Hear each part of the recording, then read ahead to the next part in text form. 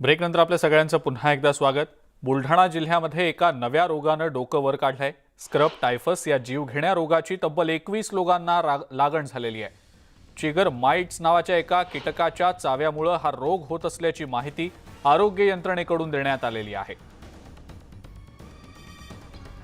बुलढाण्यामध्ये स्क्रब टायफसचा धोका वाढलाय। जिल्ह्यातल्या 21 जणांना या रोगाची लागण झाल्याचा प्रकार आता समोर आलेला आहे। आपले बुलढाण्याचे प्रतिनिधी राहुल खंडारे यांच्याकडून या संदर्भातली अधिक माहिती आपण जाणून घेऊया। राहुल, काय नेमकी माहिती?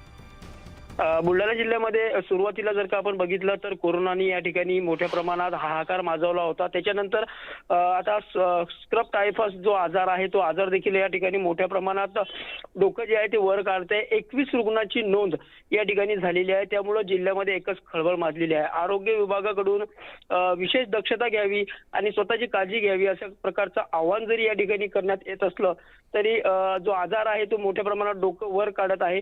नागरिक या ठिकाणी बेफिकीरीने वागत असल्याचं चित्र या ठिकाणी निर्माण झालेलं आहे। परंतु आता आरोग्य विभाग या ठिकाणी 21 रुग्ण आढळल्यानं सतर्क झाल्याचा आपल्याला पाहावयास मिळाला आहे। बरं राहुल, धन्यवाद सविस्तर माहिती दिली त्याबद्दल।